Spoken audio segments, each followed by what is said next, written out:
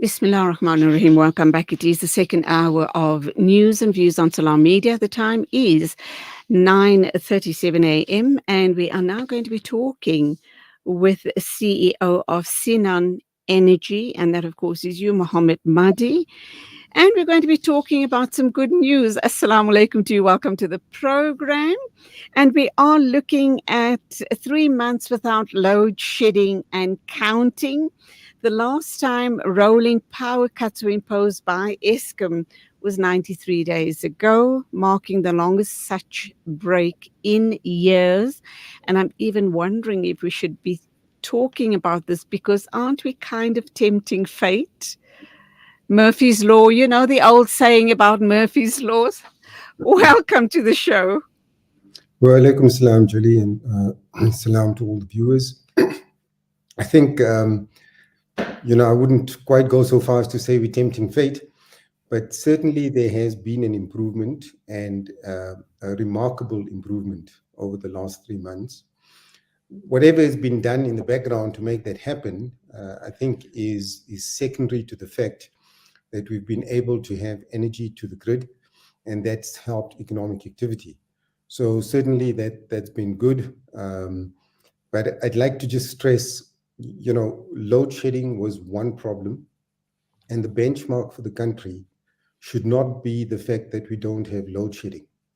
Much more important benchmark is what is the state of the grid and what's the availability from Eskom, and what are the plans to put in place enough capacity to deal with the anticipated growth that we should have in this country over the next couple of years.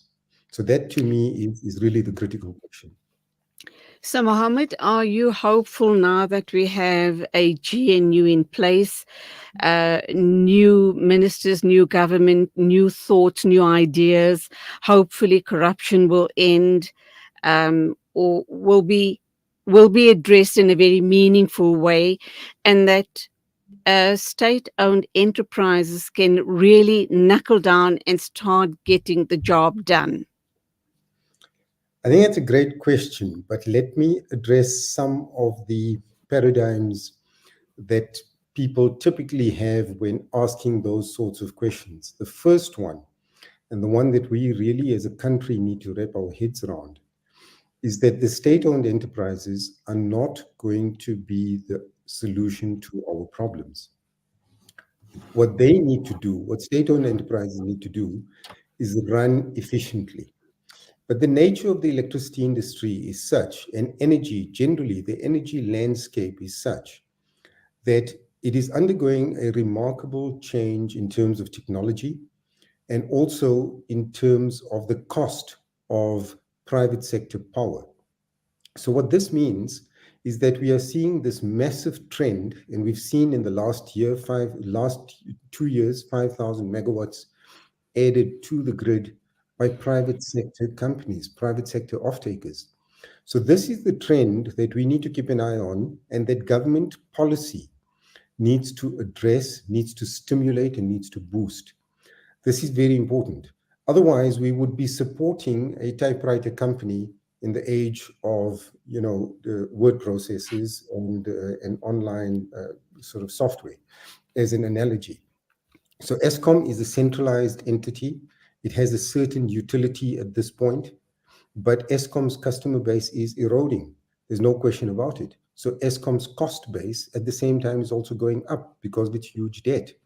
The net result of that is we're going to have very high tariffs going forward. So that is not a sustainable solution. Even if Eskom has high availability factor and all of those good things, we're still going to have very high tariffs from Eskom.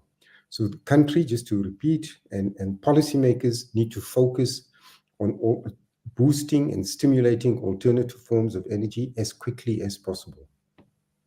So, Mohammed, let's make a comparison, a global comparison.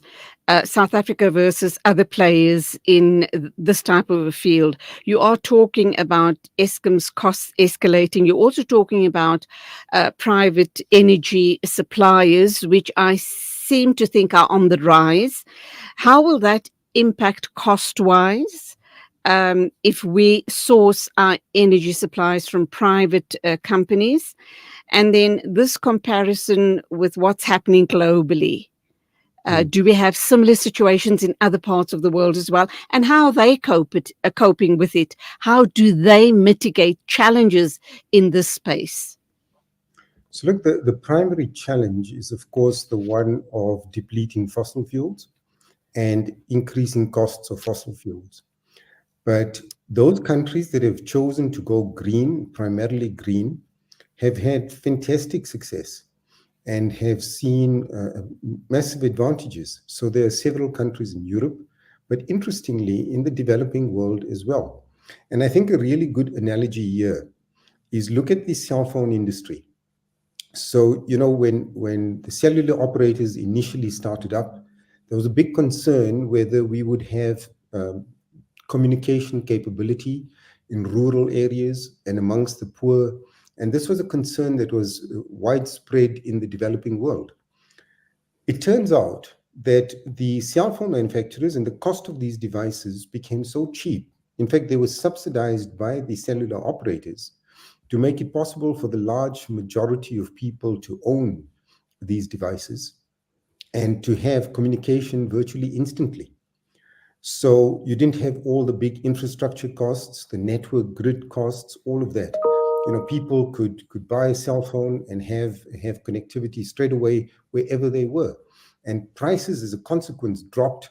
And today we know that the use of cell phones is very widespread amongst especially the rural areas, amongst the poor, etc. So the concern that these devices were going to be too expensive and it was going to disadvantage the poor and so on were unfounded. Similarly, in the energy space, you see today, all you have to do is drive through any informal settlement and so on, and you'll see solar panels on the roofs of tin, and sort of metal structure makeshift homes. And this is because the price of renewable energy has dropped so much.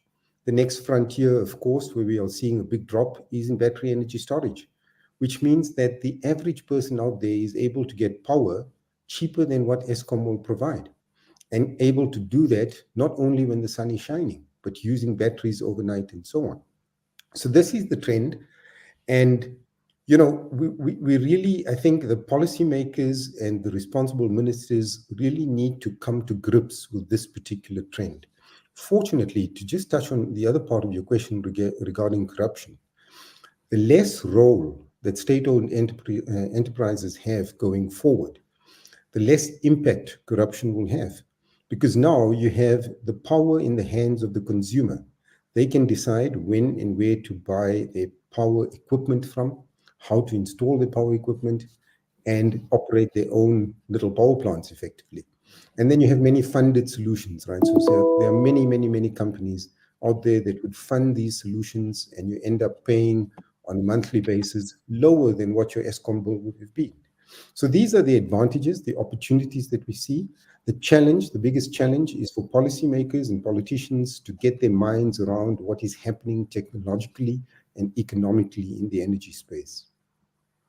Okay, Mohammed, let's go for an ad break. So much more to cover on the show this morning regarding Eskom and obviously energy supply to the country as a whole, and of course the very important role that private energy suppliers are playing in this field, not forgetting solar power, where individuals go out and get their own panels and have, make themselves that much more independent as far as power supply is concerned. So all of that and more coming up right after the ad break. Day. This is Salam Media.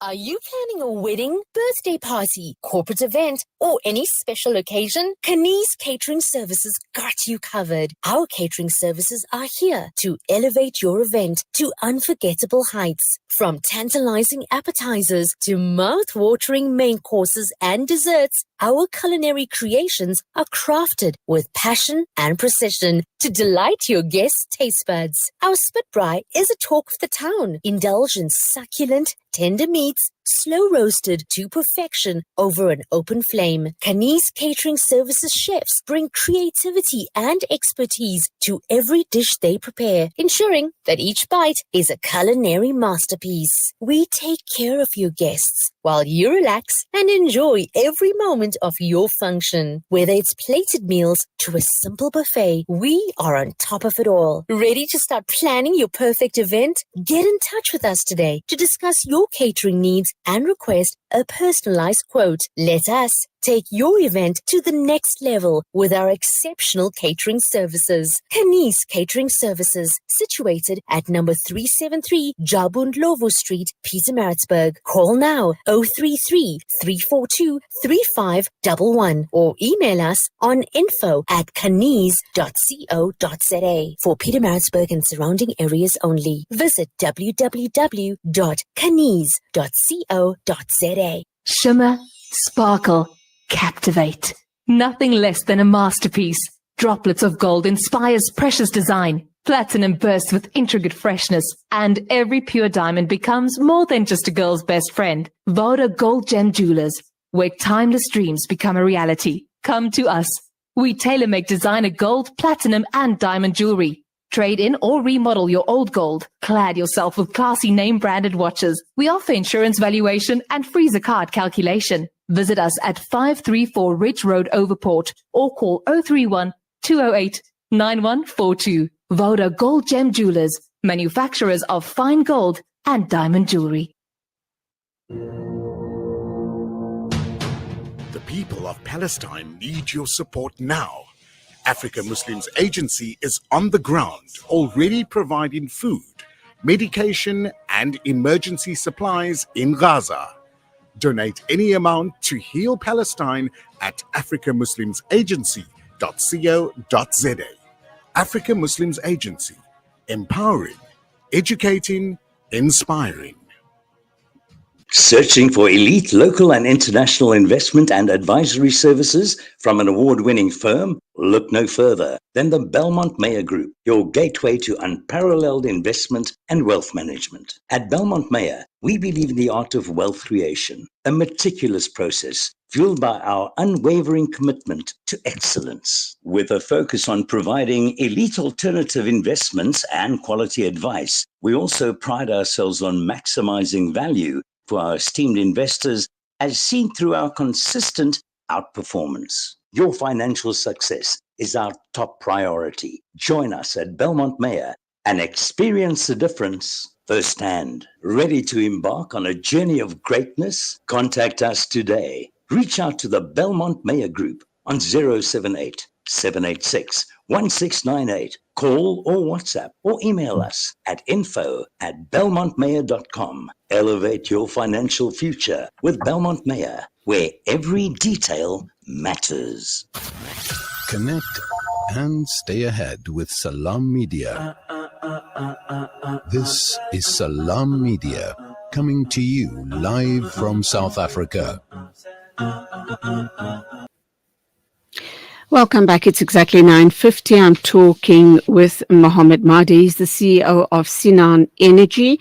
We're looking at the issue of uninterrupted power supply over the past 3 months. And as Mohammed has correctly pointed out, I don't think this is going to be sustainable in the long term, simply because we do understand that from the 1st of April to around about the 20th of June, Eskom has spent 2.7 billion rands on OCGTs, which is, of course, open cycle gas turbines. That clearly can't be sustainable. And the answer, as you've indicated, is private suppliers, energy suppliers, and then homeowners who are able to afford solar panels, etc. We've also just heard, I think, in the week that government is thinking of putting a surcharge on imported solar panels. That's going to be a bit of a sore point for people who are wanting to buy and and install these panels, because they're going to be then costing them that much more.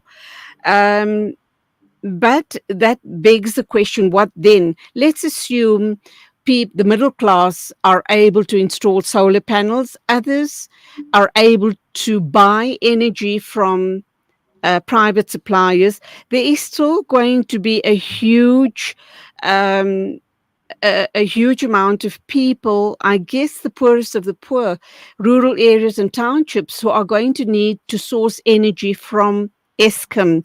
Is it going to be affordable, given that their customer base is shrinking? Yeah, that's exactly the point. It won't be affordable.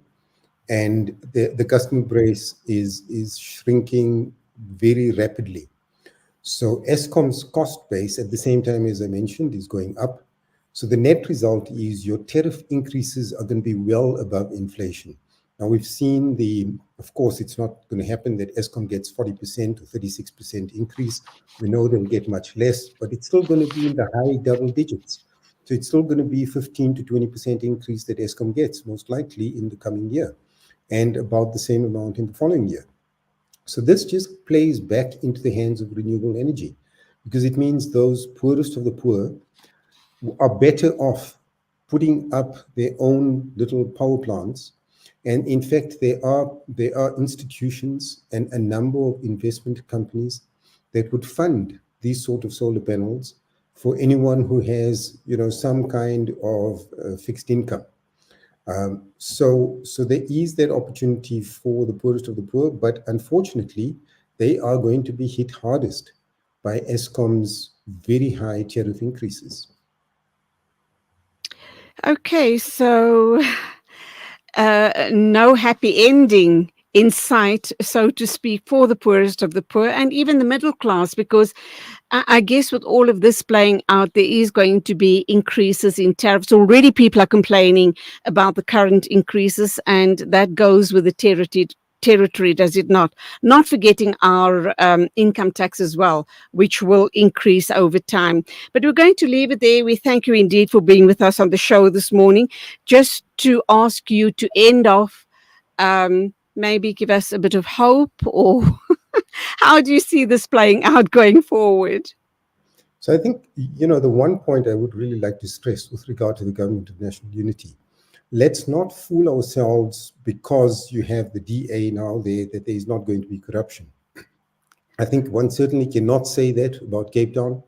If you look at the desalination projects in Cape Town, there are a number of questions around that. So I would not make that, conclusion that because the DA is there is going to be cleaner. I think the fact that you have multi-parties and everyone looking at everyone else is probably going to be the reason that you have less corruption. So there's probably some hope as a result of that. But the other thing is, the biggest hope comes from the trends in renewable energy. The fact that renewable energy is getting cheaper and cheaper, more and more affordable, and there are more institutions that are providing good Sharia compliant, in many cases, Sharia compliant finance packages for these renewable energy power plants, for individuals, for businesses, and for large industry. So that's probably the ray of hope that we need to attach ourselves to. But ultimately, we only put our trust in the Almighty, and I think that's the most important point. Amin, Thuma Amin. Thank you indeed for your thoughts this morning. Mohammed Mahdi, CEO of Sinan Energy. Till the next time, Assalamu alaikum to you. And we move along at exactly 9:55.